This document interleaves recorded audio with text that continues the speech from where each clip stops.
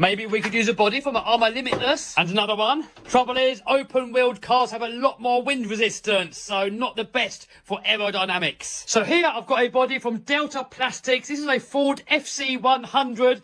Obviously, it's way too short. But what about if we use two of them? It's going to be a bit of a hack job, but I think we can make it work. Next, we're going to have to completely lose the cab and the front end from the rear one.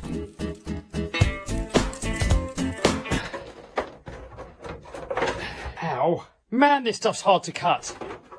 Jesus. What? Why is it so hard to cut? Jesus, it just won't cut. Man, this is a horrible job. There's no way this is going to be neat and tidy. No way. This is going to be a complete hack job. I'm not sure if it's going to join up that well. The body's quite high up on the back here. On this section here is quite low. I know it's always going to be a hack job, but this doesn't look like it's going to be that great for aerodynamics. So I think what I'm going to have to do is cut the whole entire rear end off this body off and just get some 2mm Lexan and just make a middle section and just use that. And I could have probably just made it out of one body, but now I've ruined two. Trusty eBay. Lovely, lovely. And while we're waiting for that, we might as well see if we can get the servo mounted. So I'm going to be using one of these Metal Geared 56 kilo perfect pass servos. So this is how the motors are going to sit. There looks like to be just about enough room to mount the servo there. We're going to have to shorten this servo link though, because that comes out there. I think if we just join those two directly together, the grub screw's going to be perfect. Now I need to drill the chassis so I can screw this on. However, I want to wait until I get the motor mounted and the drive shafts just to make sure that it's all going to fit. Here we've got some carbon fibre shock towers.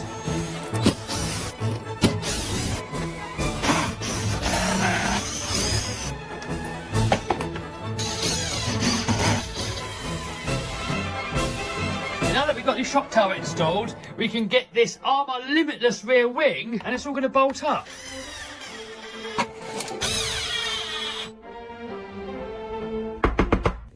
Oh, postman! Oh, it's Christmas every day.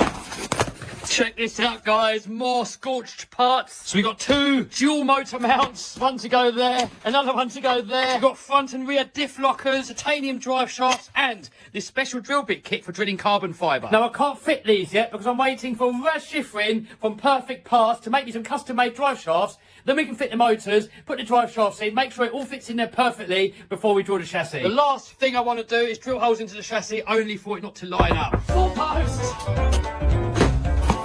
Check out all these parts from Perfect Pass. We've got the version 2 Perfect Pass backed wing that goes on the back here. It's really supposed to be for the Armour Limitless, but because we've got the Limitless diffuser on there and wing mount and all that, we should be able to get it to fit. Also, we've got some Limitless body mounts. So a Limitless body mount will fit straight onto the front of the Scorch chassis like this. The rear one, we're going to have to get the mount on there somehow. The idea of this is it's really wide. So hold on, let me show you.